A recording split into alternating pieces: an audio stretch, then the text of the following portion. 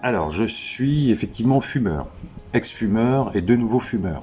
J'ai tenté à plusieurs reprises d'arrêter de fumer, mais c'est quelque chose d'excessivement compliqué. Donc voilà, donc je suis actuellement fumeur.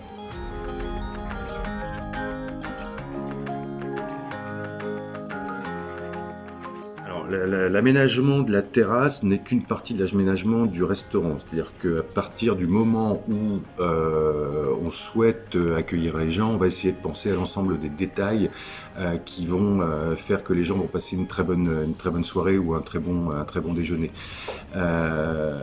Donc on a pris la décision de faire la terrasse complètement non fumeur pour que justement ces petits désagréments qui peuvent avoir lieu entre les fumeurs et les non-fumeurs n'aient pas lieu, raison pour laquelle la terrasse où l'on déjeune est non-fumeur, mais en tant que fumeur j'ai pensé aussi aux fumeurs et j'ai donc aménagé une terrasse fumeur bien éloignée de la terrasse non-fumeur pour éviter que les gens se retrouvent sur le trottoir un peu rapidement et de leur laisser un lieu agréable aussi pour pouvoir fumer. Alors, majoritairement, les clients sont ravis que la terrasse soit non-fumeur, pour plein de raisons. On vient avec des enfants, on vient passer un bon moment, entre les fumeurs de pipe, les fumeurs de cigares, les fumeurs de cigarettes et les vapoteurs. On a pris la décision d'être exclusivement non-fumeur. Alors, la plupart des clients le prennent très très bien, ils sont ravis d'avoir une terrasse non-fumeur. On a d'autres restaurants, on a une partie de la terrasse qui est fumeur et une autre partie de la terrasse qui est non fumeur, suffisamment espacée.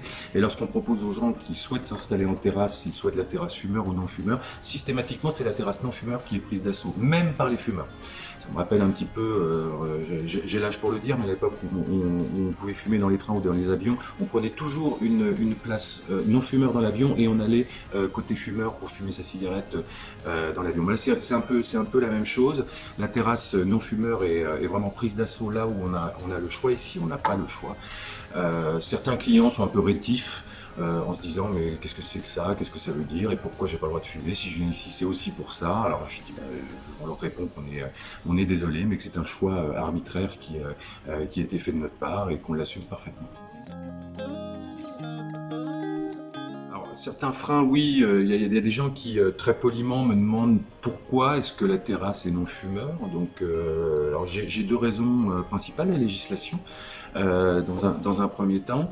Le deuxième axe, c'est surtout qu'on souhaite vraiment que les gens puissent passer un bon moment lorsqu'ils viennent dîner. On va leur proposer un cadre, on va leur proposer des mets, et on va aussi leur proposer une ambiance qui consiste à ce qu'elles soient non fumeurs et qu'ils soient absolument pas embêtés par ça. Puis la dernière chose, c'est que j'en ai marre, vraiment marre de ramasser les mégots par terre, d'avoir une terrasse qui se salit très très vite.